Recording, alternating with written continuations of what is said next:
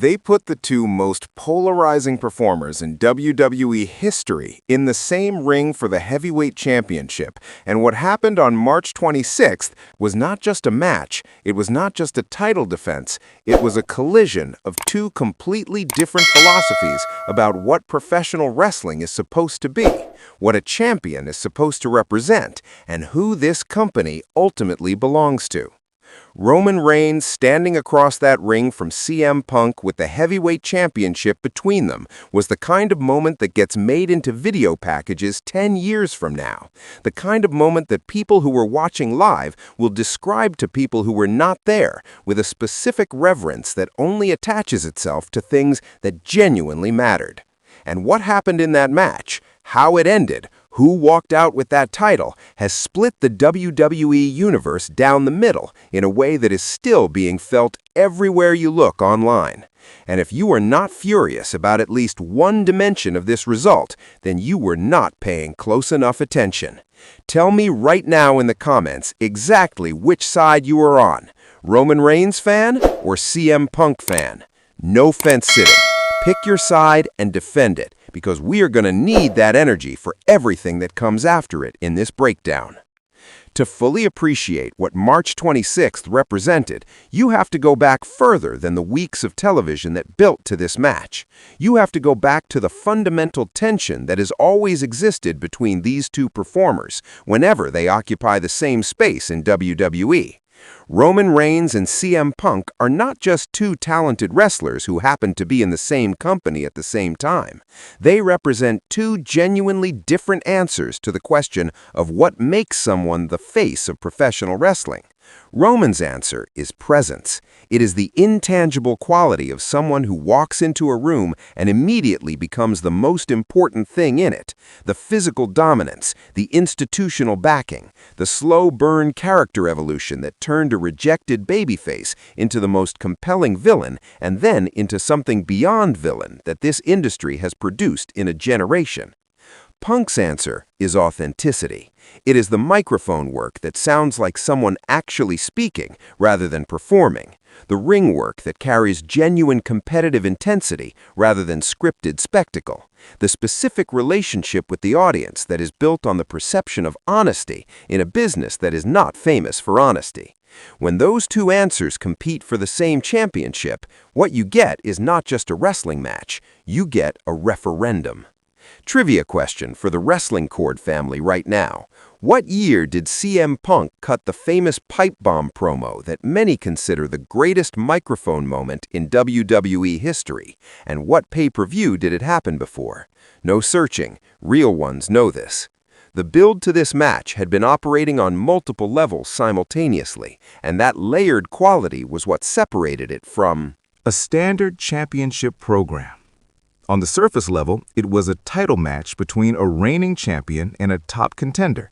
That surface level alone would have been enough to sell this match to a casual audience because both performers are over enough and credible enough that the basic premise required no additional ornamentation. But underneath the surface, there was the personal history, the specific incidents and interactions and statements that had accumulated between these two characters over the weeks leading up to March 26th. And that personal dimension gave the match an emotional charge that pure championship programs sometimes struggle to generate. Punk had been operating with a specific kind of focused rage in the weeks before this match. The promo work was vintage Punk, meaning it was the kind of microphone performance that makes every other performer on the roster acutely aware of the gap between themselves and someone operating at a truly elite level of verbal communication. He was not just building a case for why he deserved a championship match, he was constructing a narrative about what Roman Reigns' championship reign represented, what it meant for this company that this specific man held this specific title, and why the result of this match had implications that extended beyond the two men involved. Punk, at his best, makes everything feel like it matters. He makes the audience feel like the stakes are real and personal and immediate.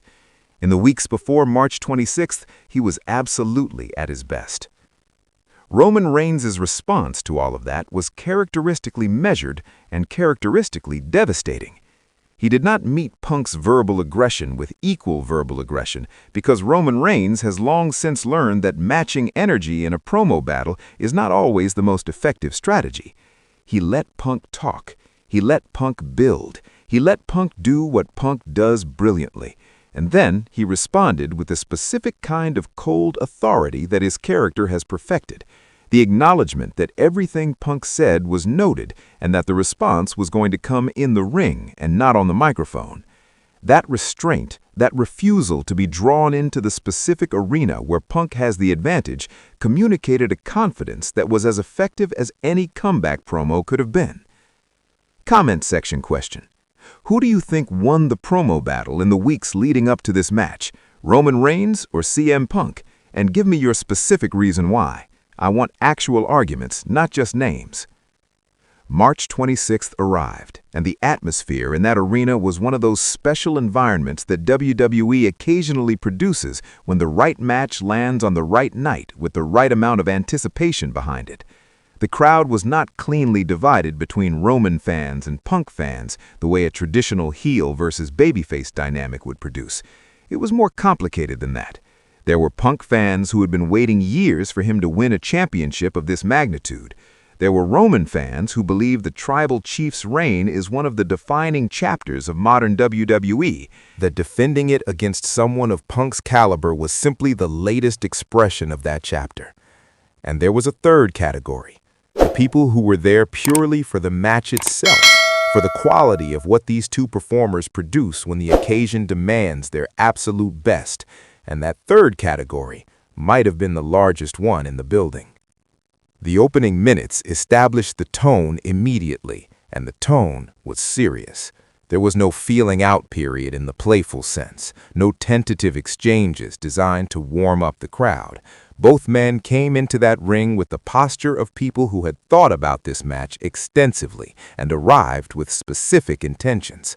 Punk's intentions were visible in his footwork, in the angles he sought, in the way he used movement to prevent Roman from establishing the kind of stationary power base that the champion uses to control pacing. Punk wanted this match moving. He wanted transitions and scrambles and the kind of sequence-heavy wrestling that favors his specific skill set. He wanted to make Roman Reigns work for every single thing he got, rather than allowing him to operate in the methodical, deliberate register that is his most comfortable mode. Roman's counter to that was physicality, not the explosive athleticism of his earlier career, but something more controlled and more targeted. Every time Punk generated momentum, Roman used his physical tools to interrupt it, to reset the match, to remind Punk and the audience that regardless of how sharp the strategy, there is a physical dimension to this contest that operates in Roman's favor and that can be accessed at any moment. The first major sequence that shifted the crowd's energy came when Punk attempted the go-to-sleep early, and Roman slipped out of it with a smoothness that suggested he had spent considerable time preparing for exactly that moment.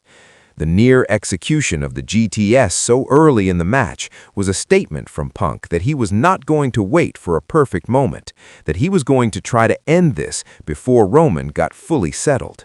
The escape was a counterstatement from Roman that he was not going to be caught by impatience, that the champion had done his homework. Trivia for the comments, and this one is specifically about Roman Reigns. How many different championships has Roman Reigns held during his main roster career in WWE? Count carefully, because the answer might surprise people who do not follow this closely. Drop your number below. What happened in the middle portion of this match was the kind of professional wrestling that justifies every argument ever made about why this industry deserves to be taken seriously as a form of athletic performance and storytelling simultaneously. Punk went after Roman's midsection with a sustained focus that was tactically intelligent and aesthetically compelling to watch. The kicks, the knee strikes, the bodywork that was building toward the anaconda vice with that long-game patience that Punk displays when he has identified a structural target worth investing in. Roman absorbed it and absorbed it and absorbed it, and then began to respond with that escalating physicality that signals to experienced WWE viewers that the champion is about to shift gears in a significant way. The Superman punch attempt that Punk ducked and converted into a near GTS attempt was the moment the crowd went from engaged to absolutely electric. The speed of the conversion, the way Punk read the Superman punch coming and turned his defensive reaction into an offensive opportunity, was the kind of professional excellence that makes live audiences lose their minds because they are watching two people operate at a level of in-ring communication that is genuinely rare. Roman kicked out of the near GTS cover, and the noise from the crowd on that kickout was one of the defining sounds of this match. The spear came from the kind of setup that Roman Reigns has refined to an art form over years of championship matches. He does not simply hit the spear. He creates the conditions for it. He manages the space and the positioning and the timing until the geometry is exactly right, and then he moves with a suddenness that is always slightly faster than you expect from a man his size. Punk saw it coming. He tried to redirect. He got partial credit for the awareness, but not enough.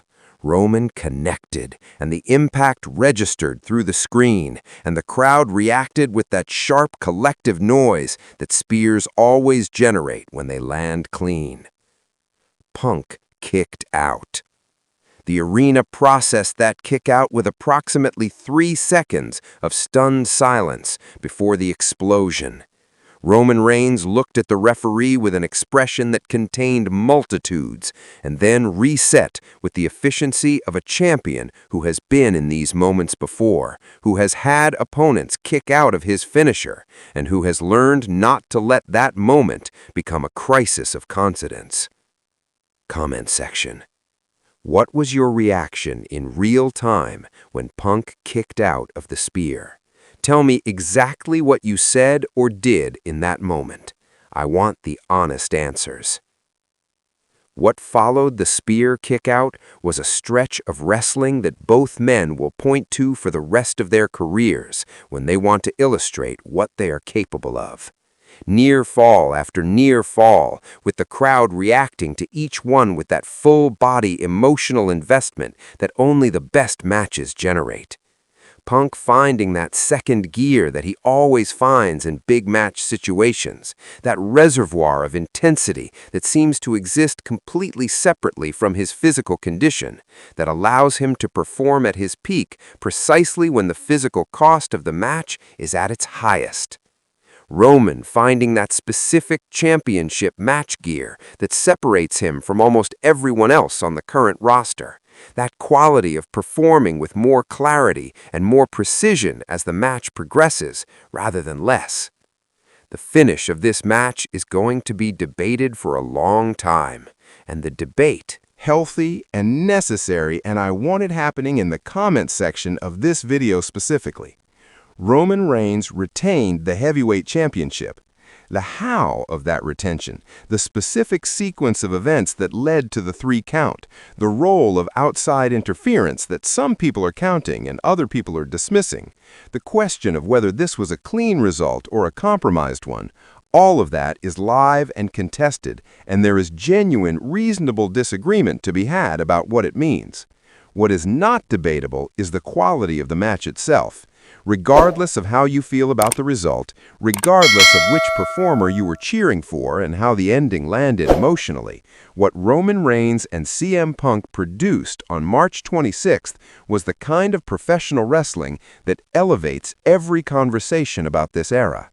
It was the kind of match that makes the investment worthwhile. All the television, all the build, all the weeks of promos and confrontations, they all paid off in 60 minutes of storytelling that had genuine dramatic weight and genuine athletic excellence. Trivia, and this is the final one for this video. What is the name of CM Punk's finishing submission hold? And what famous submission specialist did he famously feud with who uses a similar style of technical wrestling? Real students of the game will know this one immediately. The aftermath of this match matters as much as the match itself. Roman Reigns retaining the heavyweight championship in this fashion against this opponent in this specific kind of contested finish does not close the door on this story. It opens more doors than it closes. CM Punk with a legitimate grievance about the circumstances of this loss is one of the most compelling forces in professional wrestling. The specific fuel that this result provides for his character going forward is enormous. The argument he can make, the promo he can cut, the targeted, focused rage he can direct at Roman Reigns and at the circumstances of this match, and at everyone involved in those circumstances, all of that is loaded and ready. Roman Reigns retaining in this manner also raises questions about the heavyweight championship itself and what this reign represents going forward. Every championship reign has a character, and the character of this reign is becoming increasingly defined by the lengths required to preserve it. That is not necessarily a negative from a storytelling perspective.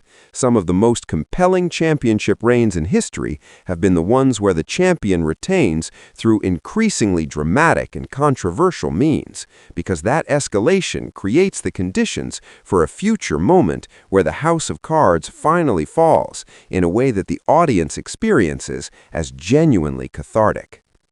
The broader WWE landscape around this match adds another layer of complexity. Randy Orton holds the WWE Championship following his controversial victory over Cody Rhodes.